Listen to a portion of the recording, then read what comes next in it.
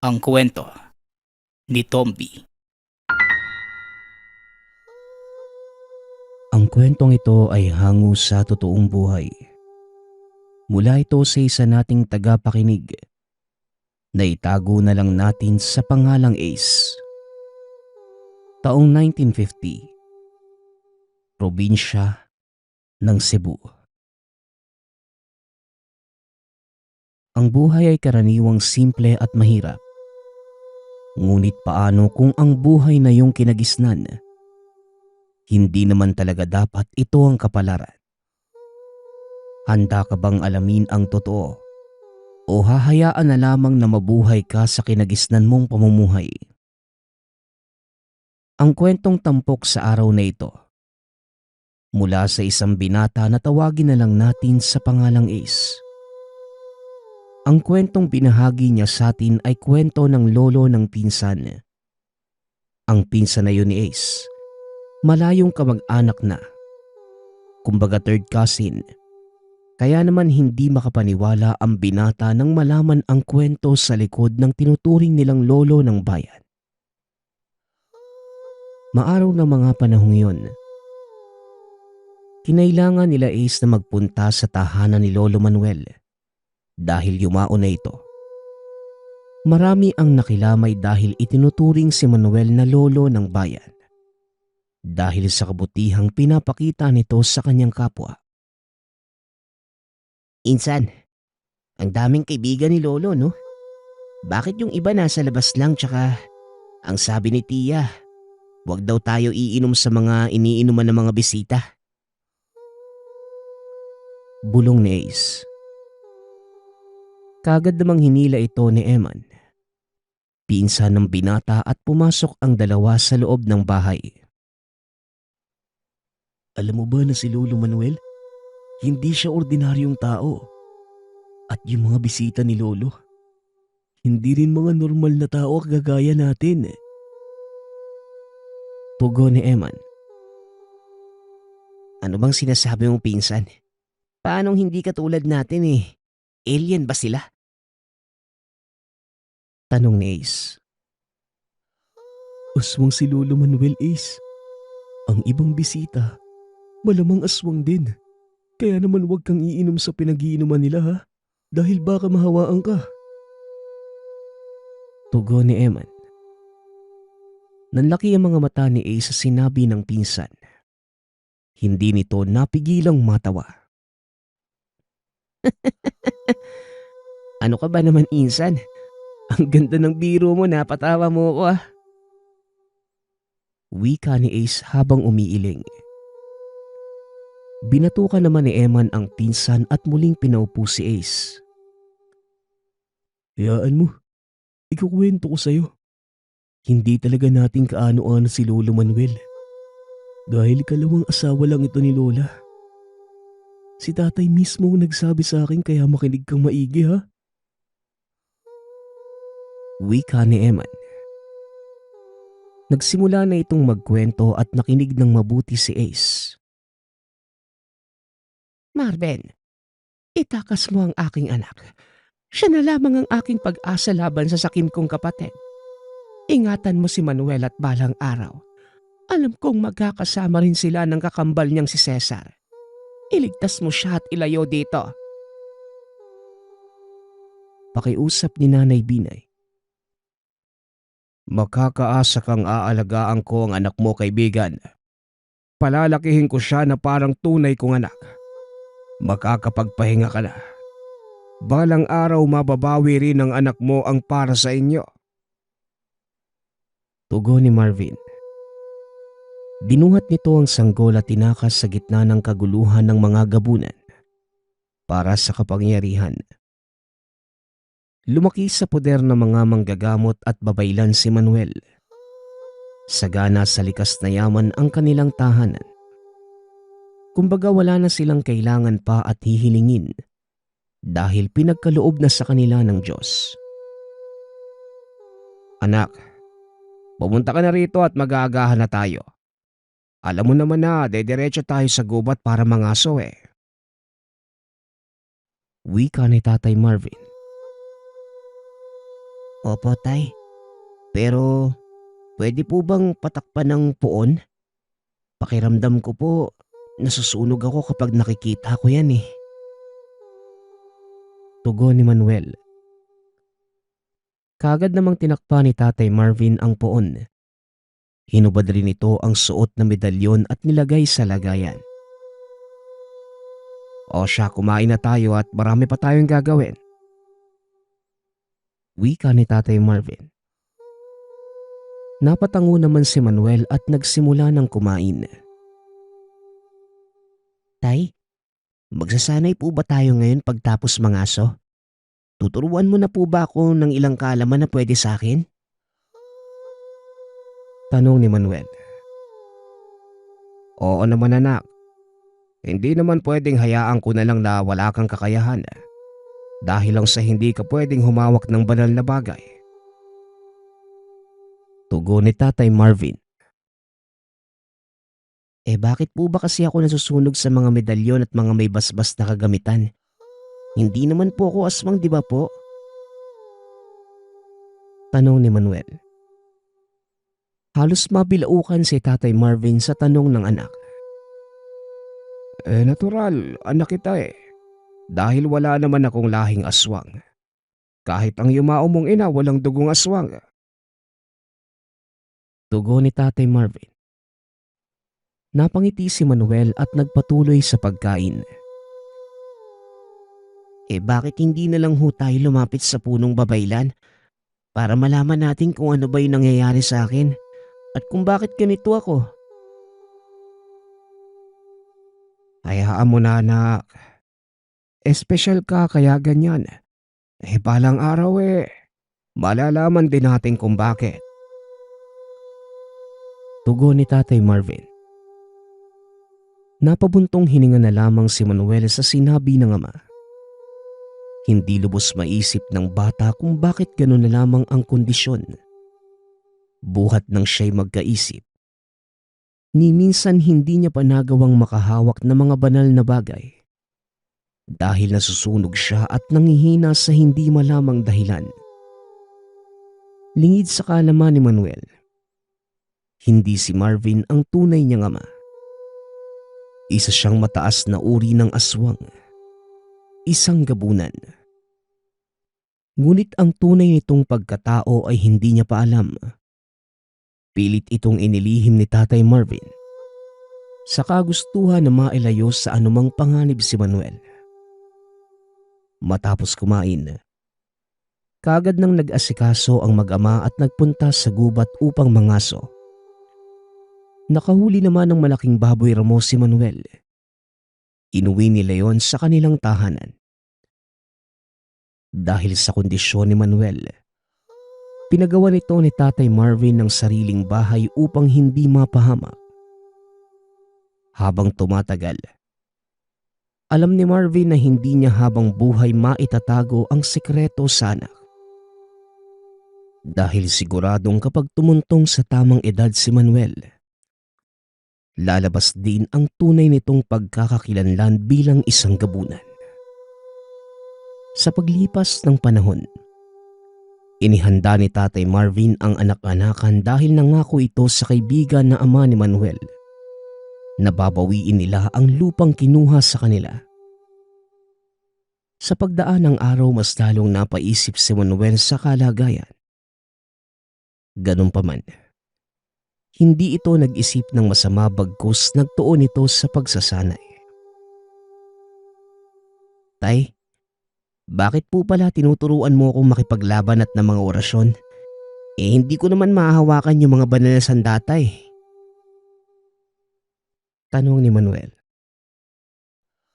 Anak, may angking kang taglay na kakayahan.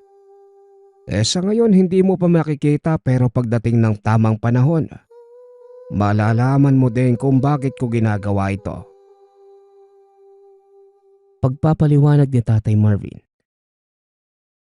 Naging mas matanong na si Manuel lalo na nang magbinata. Hanggang sa tumuntong sa tamang edad si Manuel. Nagpaalam ito sa ama na dadayo ng sayawan at dahil kaarawan ito, Pinayagan naman siya ni Tatay Marvin. Ngunit ang gabing yon ang espesyal na araw para kay Manuel. Matapos na makipagsayawan, nagpasya ang binatang umuwi na. Ngunit bigla na lamang itong nahinto sa isang madilim na parte. Naramdaman niya na para bang may nakasunod sa kanya at nang akmang aatakihin na ang binata, nilabanan niya ito. Sa galit ni Manuel ay bigla na lamang itong nagpalit ng anyo. Napatay ng binata ang kalaban. Ngunit hindi makapaniwala si Manuel nang makita ang kanyang itsura. Teka, anong nangyayari sa akin? Bakit ganito ang itsura ko? Tanong ni Manuel sa sarili. Nagtago ito sa kakahuyan ngunit nakita ito ng ilang mga tao at kagad hinabol. Kagad siyang umuwi ng tahanan. Nasundan ito ng mga tao ngunit mabilis na lumabas si Tatay Marvin upang harapin ang mga tao sa labasan ng bakuran. Anong atin ba? Napadaan yata kayo sa aking bakuran. Meron bang problema?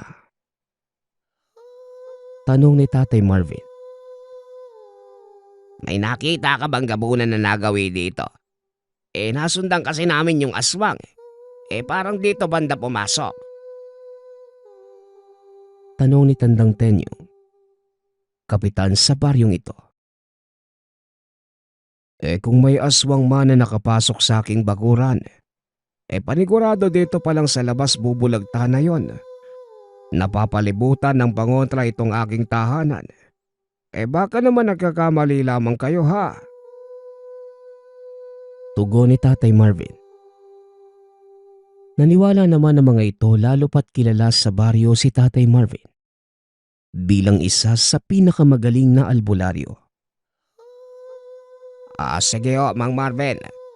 Pasensya na ulit sa abala ha. Hindi na mauulit. Wika ni Mang Tenyo. Kagad na umalis ang mga ito at mabilis namang nagpunta sa tahanan ng anak si Tatay Marvin. Maaari ka ng kumalma anak. Harapin mo ko. Hindi mo kailangang matakot. Wika ni Tatay Marvin. Nanginginig na yumakap sa ama si Manuel at kumalma ito. Tatay, aswang po ko. Isa po akong gabunan. Salot po ako kaya hindi mo ko kailangang itago sa kanila. Wika ni Manuel. Kagad hinawakan ni Tatay Marvin ang anak sa braso at pinunasan ng luha. May kung anong langis na kinuha ang matanda at pinahid sa anak. Dito bumalik sa dating anyo ang binata. Matagal ko nang pinaghandaan ang araw na ito anak. Ikalma mo lamang ang sarili mo. At sasabihin ko sa iyo ang lahat ng katotohanan. Wika ni Tatay Marvin. Totoo? Ano po ang ibig mong sabihin, Tay? Ano po ang mga dapat kong malaman? Tanong ni Manuel. Napabuntong hininga si Tatay Marvin at kagad nilabas ang isang kwintas na mula sa tunay na ama ng binata. Hindi ako ang tunay mong ama.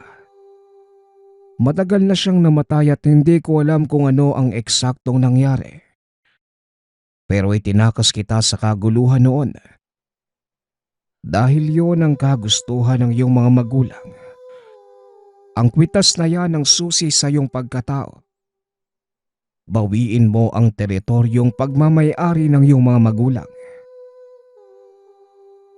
Pagpapaliwanag ni Tatay Marvin.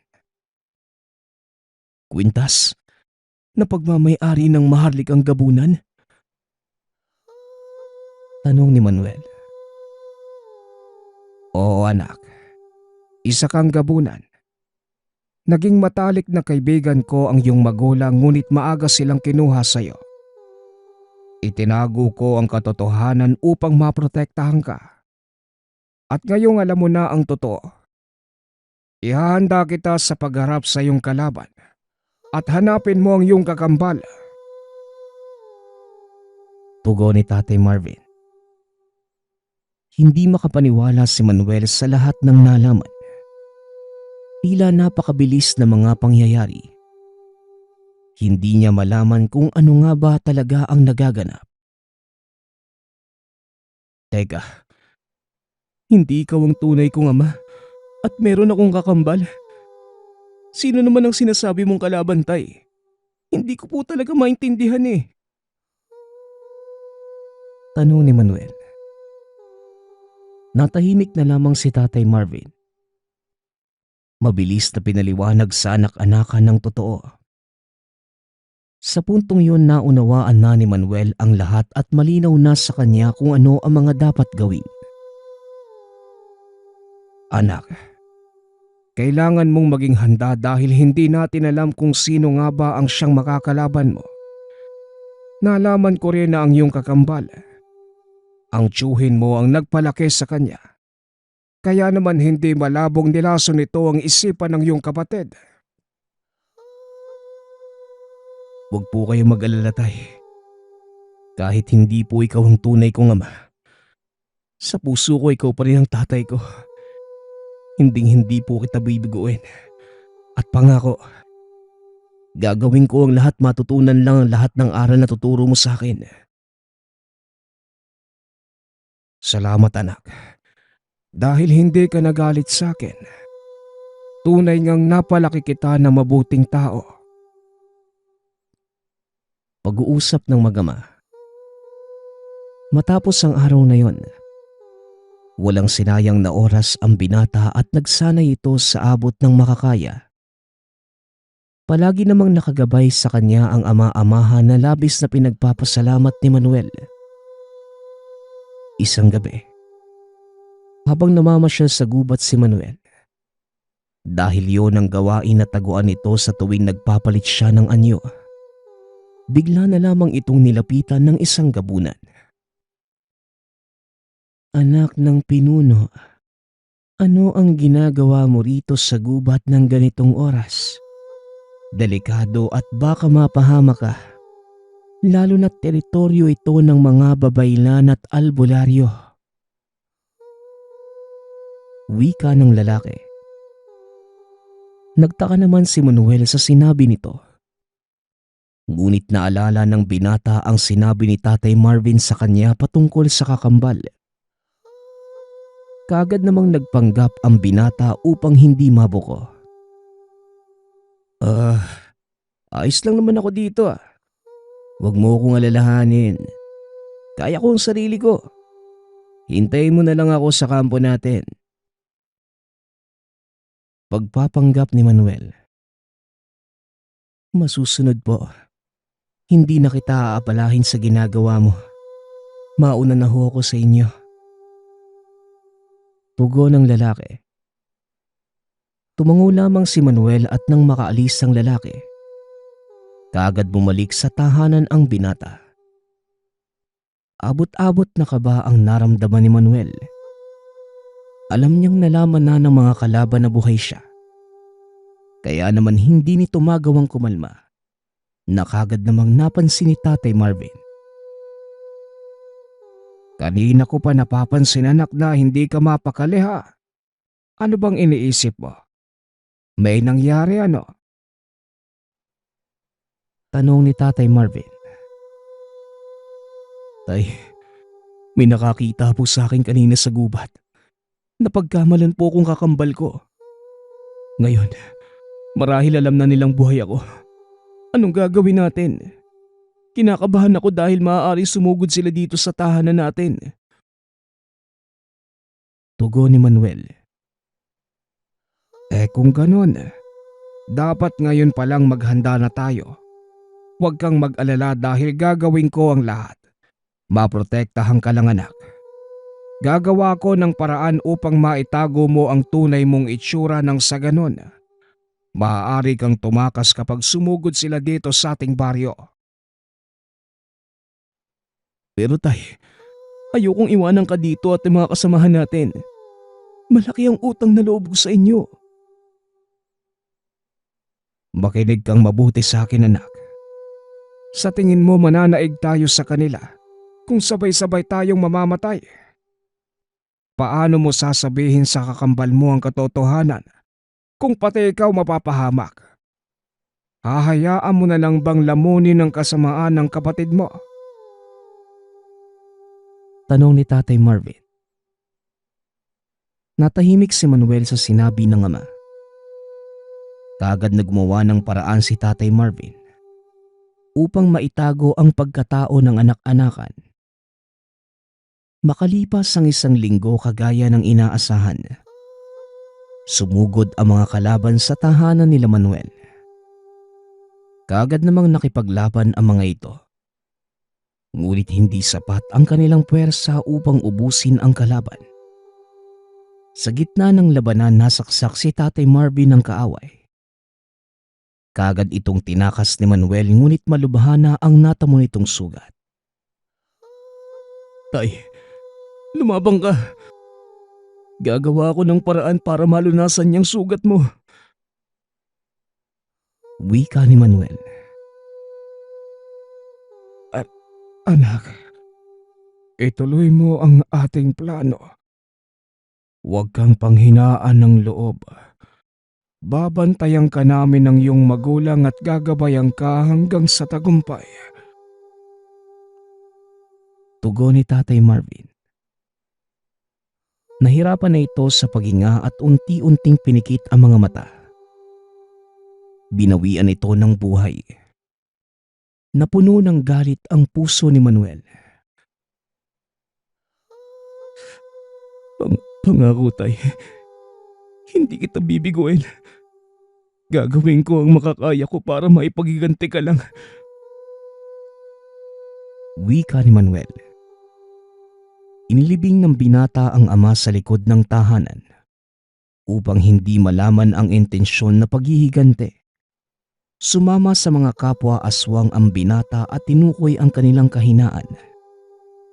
Nagbalat kayo si Manuel bilang ibang tao at hindi naman ito nahalata ng sino man. Sinimula ng binata ang paghihigante hanggang sa nalaman nito ang katotohanan sa pagkamatay ng tunay na magulang. Pinaslang ito ng sariling tiyuhin upang kamkamin ang kanilang ari-arian at pamunuan ang kanilang lahi. Nang dahil sa nalaman, mas lalong ninais ni Manuel na magtagumpay sa plano na mapabagsak ang salbahing tiyuhin. Sa pagdaan ng araw, unti-unting pinapaslang ni Manuel ang mga kalaban. Ngunit kagad yung napansin ng kakambal nitong si Cesar. Merong taksil sa ating hanay. Nitong makailan lang. Sunod-sunod na ang pagkamatay at wala namang nakakapasok na iba dito sa ating kuta. Wika ni Cesar. Natagpuan na ba ang katawan ni Manuel? Maaaring siya ang nasa likod ng mga pagpatay sa ating mga kampon. Wika ng tiyuhing si Lucio. Wala pa pong balita, amo. Kumikilos na ang hanay natin pero may pumipigil sa kanila. Dahil nitong nakaraan lang, naubos ang mga tauhan natin. Wika ni Lando. Sa puntong yung kagad na umalis sa kuta ng kalaban si Manuel. Alam niyang natunugan na ng mga ito na naroon siya. Pansamantalang huminto sa pagpatay si Manuel upang mapaghandaan ang pagharap sa tiyuhin at kakambal. Naghanap rin ng ebidensya ang binata upang mapatunayan sa kapatid na ang tiyuhin ang may pakana ng lahat. Isang gabi habang nagmamasid si Manuel, nakita ito ni Lando at kagad na nabihag ang binata. Sa wakas, nagkita na rin tayo, kakambal ko. Tama nga ang kutob ko na ikaw ang pumapatay sa mga kalahi natin. Wika ni Cesar. Tumawa naman si Manuel sa sinabi ng kapatid. Tuluyan na bang nalaso ng demonyong yan ang isipan mo, kapatid? Tanong ni Manuel. Kaagad ay tinali ni Lucio si Manuel at paulit-ulit na pinarusahan. Ikaw ang tuluyang namanipula ng mga albularyo at babaylan. Kinakalaban mo kahit na mga kalahi mo kami. Wika ni Lucio. Huwag kang magmalinis, tiyo. Alam kong sikreto mo. Tugon ni Manuel. Dinuraan pa nito ang mukha ng tiyuhin. Patuloy namang pinaparusahan si Manuel. Ngunit sa hindi malamang dahilan, kaagad inawat ni Cesar ang tinuturing na ama. Ama, pakawalan mo siya at ako mismo ang tatapos sa buhay niya. Wika ni Cesar. Tumawa naman ng malakas si Manuel at nang tinanggalan nito ng tali kaagad itong sinugod ni Cesar. Ganun pa man, mabilis na nakaiwas ang binata. Ama, kalukuhan. Siya ang pumatay sa tunay nating mga magulang. Sa ngayon papalampasin ko ang oras na to. Paalam sa inyo. Wika ni Manuel. Biglang nabalot na makapal na usok ang paligid. Nang mawala yon ay hindi na nila nakita pa si Manuel. Sa puntong yon napaisip naman si Cesar sa sinabi ng kapatid. Pakiramdam niya, nagsasabi ng totoo si Manuel. Ngunit hindi niya maalis sa isipan ang mga paghihinala. Matapos ang araw na yon, hindi na nakita pa ng mga kalaban si Manuel. Hanggang sa isang araw, habang abala si Cesar sa paghahanap kay Manuel, bigla na lamang siyang dinukot at nang makita niya kung sino ang salarin. Laking gulat nito dahil si Manuel yon. Dinala ni Manuel ang kakambal sa lihim nitong taguan.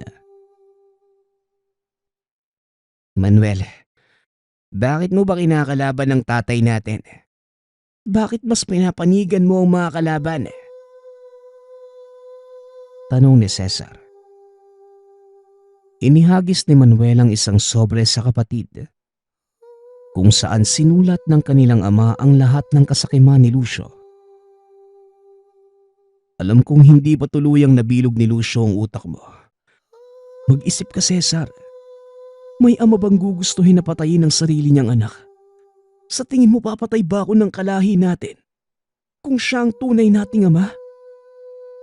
Basahin mo yung nilalaman ng liham na yung ama mismo natin ang nagsulat. Wika ni Manuel. Baka naman gawa-gawa mo lamang to dahil sa sobrang galit sa ama natin. Basahin mo nang malaman natin. Nakuha ko ang liham na yan sa kahon na nasa silid mismo ng tinuturing mong ama. Ikaw na ang humusga, kakambal ko. Tugon ni Manuel. Nakita ni Cesar ang kahon. Alam niyang pagmamay-ari ito ni Lucio. Dahil siya mismo ang gumawa ng kahon na yon nang regaluhan niya ang ama noong kaarawan. Nanindig ang balahibo ni Cesar nang mabasa ang liham ng kanilang ama. Hindi siya makapaniwala sa mga nalaman. Matagal niya na pala ako niloloko at pinapaikot sa palad niya. Walang hiya siya. Ako mismo ang papatay sa kanya. Wika ni Cesar. Kaagad namang pinakalma ni Manuel ang kapatid at sinabi nito ang plano. Bumalik ka sa kuta niyo. Isama mo ko at palabasin natin. Na nahuli mo ko. Pero papatayin natin ang sino mang kakalaban. Nakausap ko na rin yung iba nating kalahi na pumanig sa atin. Dahil alam nila yung katotohanan kabilang na si Lando. Sawa na sila sa kasakiman ng Lucio na yun. Wika ni Manuel. Si Lando? Pero bakit niya ako hinayaang mamuhay sa kasinungalingan? Tanong ni Cesar. Bigla namang dumating si Lando at sumingit sa usapin ng magkapatid. Para maprotektahang kalaban sa sakim mong tiyuhin. Matagal na ako nagtitiis, Cesar. Alam ko ang propesiya ng matandang babaylan. Kaya naman hinangad kong manahimik at maging sunod-sunuran sa peking pinuno para maganap ang araw na ito. Bawiin niyo ang para sa inyo at pamunuan ang ating lahi ng pantay. Wika ni Lando. Nang dahil sa nangyari at nalaman, sumang-ayon si Cesar sa plano ng kakambal. Kahit pa alam nilang delikado ang gagawin.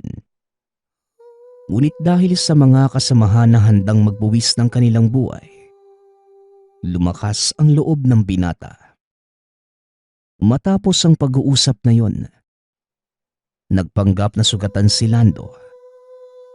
Habang hawak-hawak nila Cesar si Manuel. Sa wakas, nahanap niyo na rin ang lapastangan kong anak. Wika ni Lucio. Binitawan naman ng dalawa si Manuel. Hudyat na simula na ang pag-aalsa. Mali ka. Dahil alam ko na ang totoo. Ikaw ang lapastangan na traidor. Sigaw ni Cesar. Nagsimula na ang labanan. Marami sa hanay nila Manuel ang namatay ngunit hindi sumuko ang kambal. Kahit nasugatan, nagpatuloy lamang ang mga ito hanggang si Lucio na lamang ang natira. Kaagad itong hinarap ng kambal. Malakas sa suntok ang pinakawala ni Cesar. Ngunit nagawa itong masugatan ni Lucio. Kaya naman hinanda ni Manuel ang punyal na pamana sa kanya ni Tatay Marvin. Meron itong laso na kagad itinarak sa leeg ni Lucio. Napaluhod ito sa lupa at unti-unting nawala ng buhay.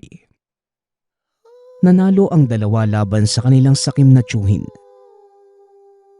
Sila mismo ang namuno sa kanilang mga kalahi. Pinanatili ang kabutihan ng mga ito. Ngayon, alam mo na ang kwento ni Lolo Manuel. Wika ni Eman. Nasa na yung kakambal niyang si Cesar? Bakit hindi natin siya nakilala? Tanong ni Ace.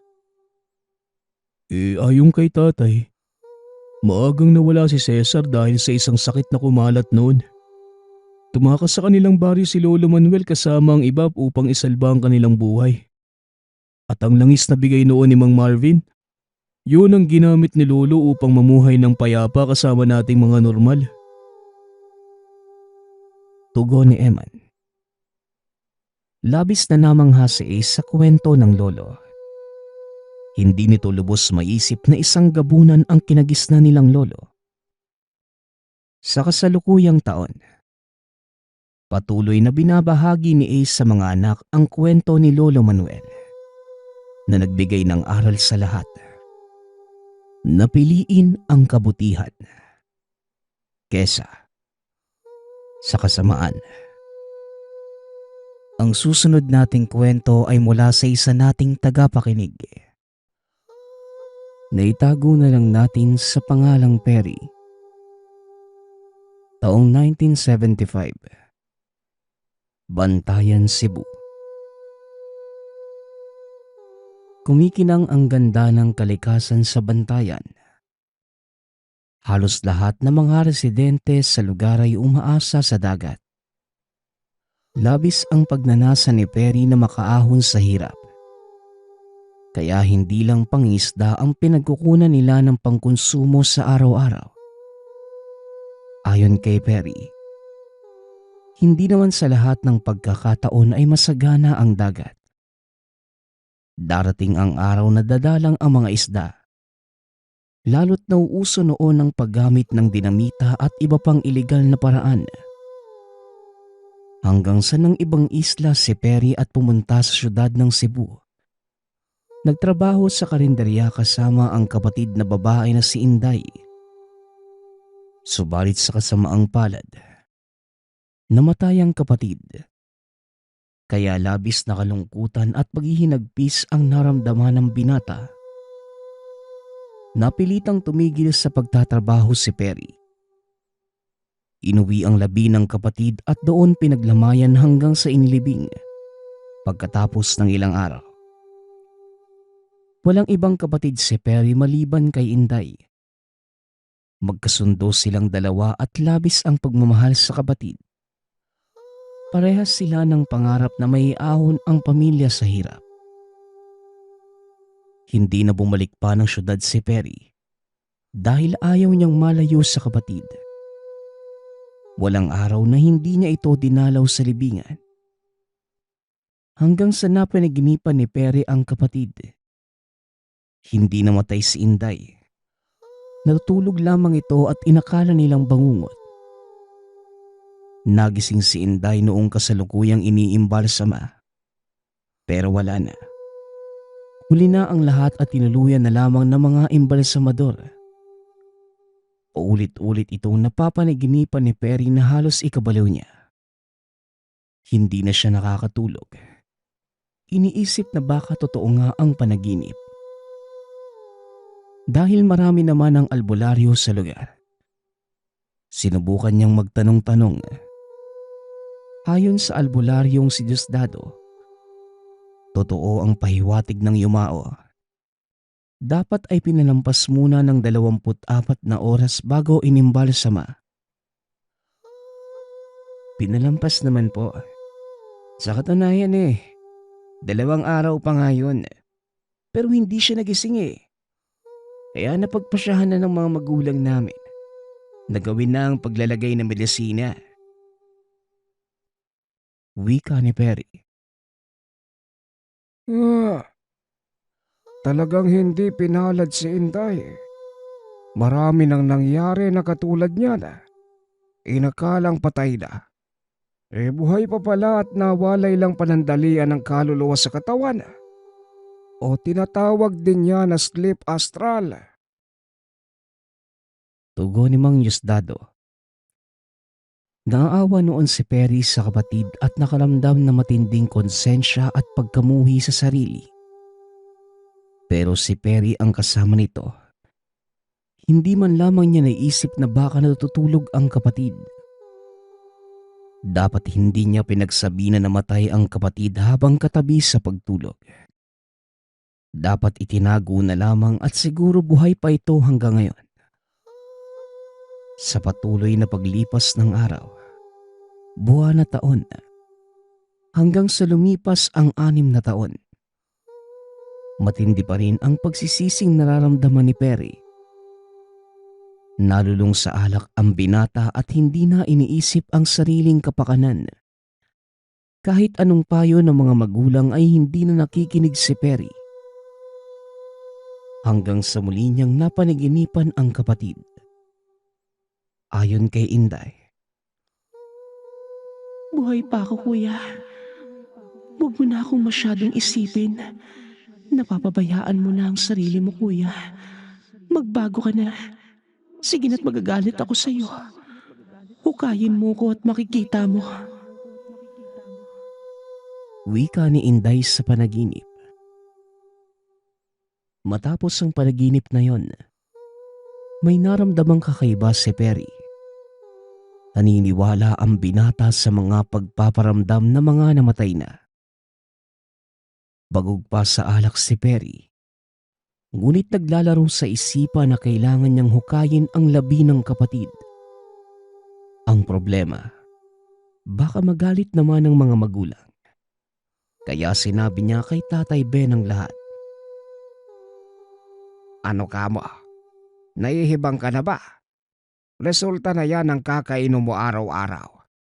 Buhay Hoy, 6 na taon nang patay ang kapatid mo.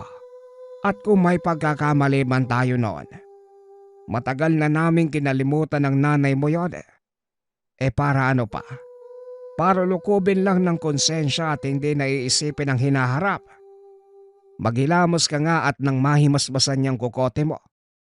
Pati ikaw patay na rin sa amin. Wala nang selfie ang buhay mo. Wika ni Tatay Ben. Matapos marinig yun mula sa ama, hindi nagpatinag ang binata. Binaliwala niya ito at naisip na itutuloy ang balak gawin. May isang bahay pa naman sila na hindi tinitirhan at hindi kalayuan. Mga 2 ektarya lamang ang pagitan. Ito ang tahanan ng yumaong lolo at lola ni Perry. Pagsapit ng gabi, tahimik na pumunta si Perry sa sementeryo. Bitbit ang bara at piko hanggang sa nasilayan ang puntod. Kaagad niyang hinukay ang gilid. Lumitaw ang kabaong at laking gulat niya nang mabuksan ang takip. Kitang-kita mismo ng mga mata ni Perry na yung labi ni Inday ay tila pinatuyong isda. Kulay itim at kulukulubot ang balat na halos nakadikit na sa buto. Naiyak si Perry. Napaupo sa gilid at ramdam ang matinding pagkadismaya. Ang sabi mo sa akin, buhay ka pa, Inday. Ano pang ginagawa ko? Wika ni Perry sa sarili. Magpaganon pa man, hindi na binalik pa ni Perry ang labi at kinuha niya ito ng tuluyan. Dinala ang bangkay sa tahanan ng lolo't lola. Binalikan naman ang puntod sa sementeryo. Dala ang semento at kaunting buhangin. Ibinalik niya ang butas upang kahit papano hindi mapagkamalang kinuha ang laman doon. Inayos niya ang kapatid. Mukha itong tangkay na kaunting pagkakamali lamang ay mababali ang kamay at paa. Pumasok sa isipan niya noon na baka nais ng kapatid na lumabas sa himlayan dahil hindi nararapat yun para kay Inday. Binihisan niya ang kapatid. Pinahiran at lahat ng mga bintana at ilan pang mga siwang sa tahanan. Kinumpuni ni Perry para mas masigurado na walang makakakitang iba. Doon na rin niya napiling manirahan sa bahay na yon. Konting description lamang sa tinutuluyan ni Perry. Isang palapag lang pero nakaangat ang sahig sa lupa ng halos isang tao ang taas. Ancestral house sa mga karaniwang tao noon. Isang silid lamang ang nasa itaas pero may sala at naroon na ang abuhan at hapagkainan. Sa hindi malamang dahilan, bigla na lamang naging mainitin ang ulo ni Perry. Lalo na kapag may nakakapagbitaw ng salita sa kanya kahit pabiro. Naisip niya noon na dala lamang yun ang dami ng iniisip. Naging sensitibo sa paligid ang binata at lahat ng pag-uusap ng mga kapitbahay. Inuusisa ni Perry. Tila napraning si Perry sa nangyayari sa paligid. Hanggang sa isang araw, sa hindi sinasadyang pagkakataon, may biglang pumunta sa tahanan ni Perry. Kapitbahay niyang si Juliana. Naging kasamahan nila doon sa karinderya sa syudad. Nawawala ang alagang aso at nadako sa bahay ni Perry upang hanapin. Papauwi na si Perry at naabutan niya ang babaeng pakyat ng tahanan. Uy, anong ginagawa mo dyan? Tanong ni Perry. Hinahanap ko lang yung aso ko. Dito kasi nagpunta eh. Baka naman nakita mo. Tugon ni Juliana. Aba, hindi ko alam. Malay ko ba? Tsaka kung hahanapin mo, antayin mo yung may-ari ng bahay. Hindi yung kusa ka nalang aakyat ha. Muling wika ng binata. Hindi naman nagsalita pa si Juliana at kagad ding umalis. Pagkakit ni Perry sa itaas, Nanlaki ang mga mata ng binata nang masilayan ang nagkalat na dugo sa sahig. May mga balahibo din at naroon sa tabi ng bangkay. Paglapit ni Perry, napatakip ng bibig ang binata dahil nakita niya mismo yung lasog-lasog na katawan ng aso sa ilalim ng katre. Nagtataka noon si Perry. Subalit natakot siya na baka ito ang asong hinahanap ni Juliana. Maraming naglalaro sa isipan ng binata. Paano kaya ito nakapasok ng bahay at saan dumaan? Samantalang nakasara naman ang pinto. Niligpit na lamang ang labi ng hayop hanggang sa mapansing may dugo malapit sa bibig ng bangkay ni Inday. At yung katawan ay hindi na maayos ang pagkakalagay. Tila nausog ng kaunti, kaya inayos niya at binalik sa orihinal na posisyon. Paano ba to? Hindi ko alam kung paano nakapasok yung aso ah. Gusto sigurong kainin ng labi mo, Inday. Munti ka nang pumasok dito si Juliana. May hinala siya na pumasok dito yung aso niya eh. Ay sus, mabuti na lang at naabutan ko. Sana hindi na bumalik yung babaeng yun. Wika ni Perry sa paligid. Lumipas pa ang ilang araw. Nagkagulo ang mga kapitbahay sapagkat si Juliana ay nasilayan nilang hubot-hubad habang tumatakbo sa kalsada. Nawala na ito sa tamang pag-iisip. Narinig ni Perry na noong ipagamot ang dalaga sa albularyo, sinabing may itim na elementong bumati kay Juliana kaya naggaganon. Dagdag pa ng manggagamot, ang may-ari ng elemento ay isa sa kanilang kapitbahay. Ipinagsawalang bahala lamang ito ni Perry. Pero pakiramdam niya, siya ang pinaghihinalaan ng mga kapitbahay sa lugar. Papaano ba naman? Kakaiba kung tumitig sa kanya ang mga ito habang nagbubulungan. Dahil dito, mas lalong uminit ang ulo ng binata. Ngunit nararamdaman niyang may kasalanan din siya sa nangyayari. Baka dala ng bangkay ni Inday ay kamalasan. Ilang araw pa ang nakalipas. Nakita ni Perry si Juliana kasama ang tumpok na mga aso. Nagtataka noon si Perry sapagkat nakadapa sa lupa si Juliana. At nang subukan niyang lapitan, nagulat ang binata nang makita mismo na may sinusubo si Juliana na sobrang nakakadiri. Matatabang garapata na bilog ang tiyan. Kinakain niya ito isa-isa at tumatalsik pa mula sa bibig ng dalaga ang dugo habang kinakagat. Hindi nakatagal si Perry at kagad nang umuwi. Nang makarating sa tahanan, nagsuka ang binata dahil sa diri. Mas nakakadiri pa ang ginagawa ni Juliana kesa sa bangkay. Pagkaakyat ni Perry ng tahanan, gumuluntang sa harapan niya ang nakakakilabot na tagpo. Nakita niya si Inday, nakasilip sa siwang kung saan matatanaw si Juliana. Kitang-kita niya ang puti ng mga mata nito, malikot at tila galit. Hindi nakagalaw si Perry. Binalot siya ng matinding kilabot. Hindi siya pinapansin ni Inday. Bumubuka ang tuyong bibig nito at tinutuktok ang mga daliri sa sahig. Napamura si Perry. Ngunit pagkurap niya, halos lumipad ang kaluluwa ng binata sa gulat nang makita ang labi ni Inday na naroon na sa katre. Maayos na nakahimlay na tila walang nangyari. Kinusot pa niya ang mga mata. Ngunit totoong nakahimlay si Inday sa katre. Samantalang kanina, naroon lamang ito sa siwang. Nakita pa niya ang mga gasgas sa sahig. Alam ni Perry na galing ito sa kuko ng kapatid. Kung hindi siya nagkakamali, Yung kandilang nakatirik sa papag. Nasagi ito at nalaglag sa sahig.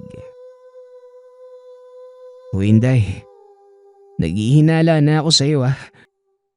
Alam kong katawan mo yan.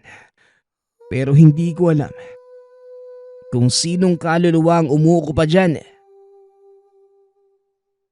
Wika ni Perry sa tabi ng labi.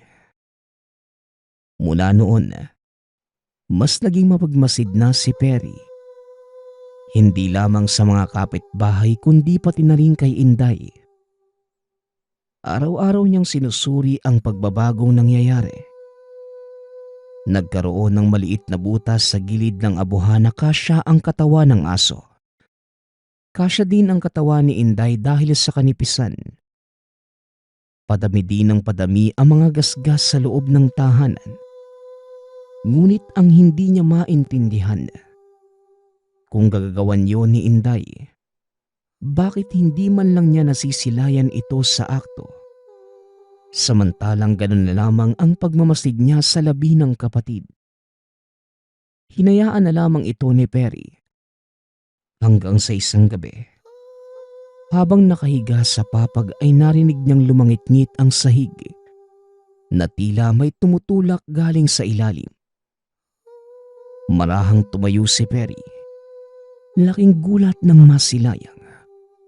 Wala doon sa katre ang labi ni Inday. Kinapakapapa niya ito para makasigurado. Pero wala talaga. Dito na kinabahan si Perry. Kagad siyang lumabas dala ang kasera. Hanggang sa pagtama ng ilaw doon sa silong, nagtayuan lahat ng balahibo ni Perry. Nakita niya si Inday. Nasa harap ng aso at kinakalaykay ang tiyan. Kinakain ito ng unti-unti at dinidilaan pa ang kamay. Hanggang sa lumingon si Inday sa kanya. Natamaan ng liwanag ang malapusang mga mata ng kapatid. Kuya, buhay ako noon pa man. Kayo lang naman ang nag-isip na patay na ako. Maraming salamat at pinalaya mo na ako sa libingan. Wika ni Inday. Kung buhay ka nga at ikaw si Inday, dapat hindi mo ginagawa yan. Hindi ikaw ang kapatid ko. Isa ka ng demonyo. Tugon ni Perry. Kung may demonyo man dito, walang iba kundi ikaw yun. Sino bang matinong huhukay ng bangkay sa libingan at iuuwi sa sariling tahanan? Muling wika ni Inday. Dadakmain sana ni Perry si Inday. Subalit napakabilis nitong gumapang palayo hanggang sa naglaho na lang sa dilim. Sinundan niya ang kapatid. Daladala ng binata ang kumot at kung sakaling mahuhuli, ibabalik na niya ito sa libingan. Ginalugad ni Perry ang palibot at alam niyang hindi pa nakakalayo si Inday. Ngunit maingat pa rin siya sa bawat kilos dahil baka makabulabog ng kapitbahay. Ilang sandali pa, may narinig siyang ungol sa bandang likod ng bahay nila Juliana. Dali-dali itong pinuntahan ni Perry. Ganun na lamang ang pagkagulantang nang makitang nilalantaka ni Inday ang leeg ni Juliana. Kitang-kita ni Perry ang pagsirit ng dugo at unti-unting pagtirik ng mga mata ng dalaga habang nangingisay ang katawan. Mabilis na hinila ni Perry si Inday. Ngunit sa likod ng manipis na katawan, mas malakas pa ito sa kanya. Natumba si Perry hanggang sa magsawa si Inday sa leeg ni Juliana.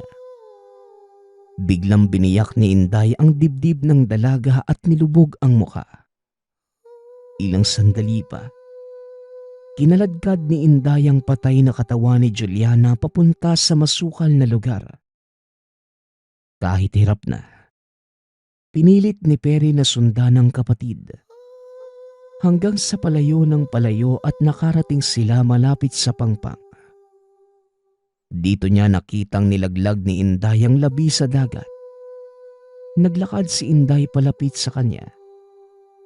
Ang buong akala ng binata ay isusunod na siya ng nilalang. Kaya hinanda ni Perry ang sarili sa anumang magaganap. Dinipa ng binata ang kamay at hinanda ang malaking kumot. Sinabi sa sarili na kahit anong mangyari ay huhulihin niya ang kapatid. Ngunit nagtataka si Perry nang lagpasan lamang siya ni Inday. Hindi man lang siya nilingon. Dire-diretso lang naglakad at biglang huminto sa unahan. Narinig ni Perry ang mahinang paghikbi. Napasimangot ang muka ng binata at patuloy na nagtataka. Lumuhod sa lupa si Inday at bumagsak ang balikat. Nilapitan naman ni Perry ang kapatid. Masaya ako noon nang dumating ka para samahan ako sa trabaho, kuya. Masaya ako dahil kahit papano may magtatanggol na sa akin. Hindi mo lang alam, kuya, ang hirap na dinanas ko noong wala ka pa. Araw-araw akong kinukutya at pinapaalis. Araw-araw akong sinasaktan ng hindi man lang nakakapanlaban. Sa bagay, malakas ang kapit nila sa may-ari ng tindahan. Pero akala ko noon, pagkarating mo magiging maayos na. Pero hindi pa rin nila ako tinigilan. Kulang ang sanhi ng pagkamatay ko, kuya. Hindi ko alam kung bakit naiinggit sila sa akin. Wala naman akong ginagawang masama. Wika ni Inday. Kulam, sigurado ka ba? Hindi bangungot? Tanong ni Perry. Ganon din yung kuya. May pag-asa pa naman akong mabuhay kung hindi talaga ako tinuluyan. Naiintindihan ko naman kayo, kuya. Pero hindi matatahimik ang kaluluwa ko hanggat hindi ako nakakapagigante. Tugon ni Inday. Ano bang paghihiganti yung pinagsasabi mo? Hindi ikaw ang kapatid ko. Isa kang demonyo.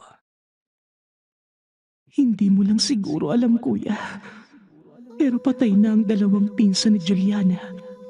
Bago pa mangyari ang natagpuan mong lasog na katawan ng aso sa bahay, isusunod ko na dapat si Juliana. Pero naroon ka at alam kong matadamay ka.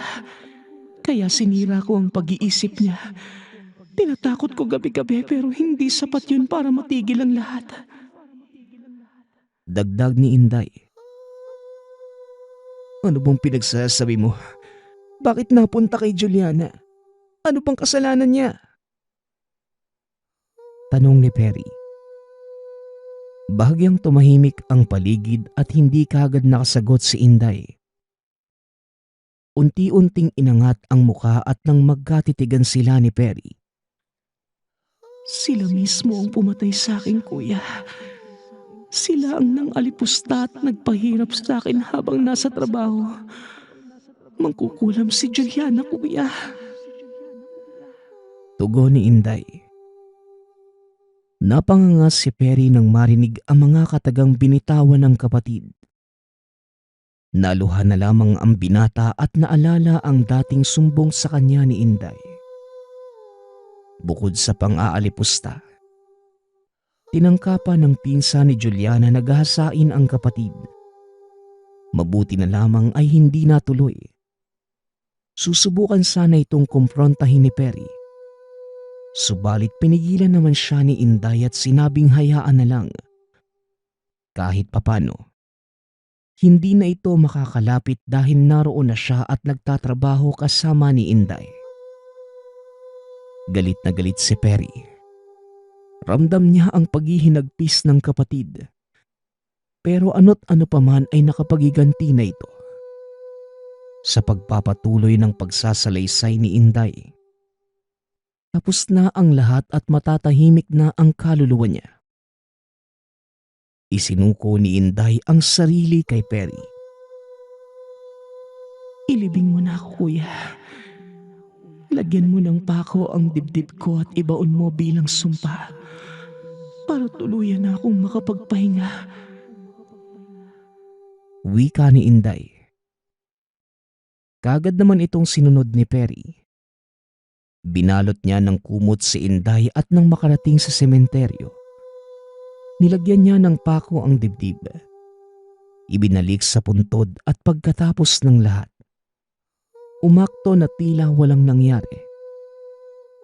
Umugong ang balitang nagpakamatay si Juliana, pero hindi matukoy ang salarin, maging ang mga pinsan nitong dalawang lalaki. Patay na rin at kapareha ang sinapit.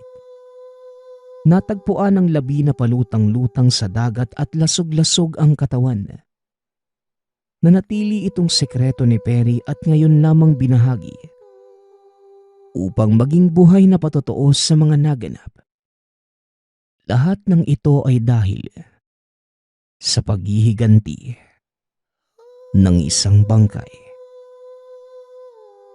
Nagpapasalamat nga pala ako sa nagpadala ng ating kwento. Nawa ay nagustuhan niyo ang inyong napakinggan. Nagpapasalamat din ako sa lahat ng sumusuporta sa ating channel. Nawa ay patuloy niyong suportahan at pakinggan ang ating mga kwento. Hanggang sa muling pakikinig. Paalam.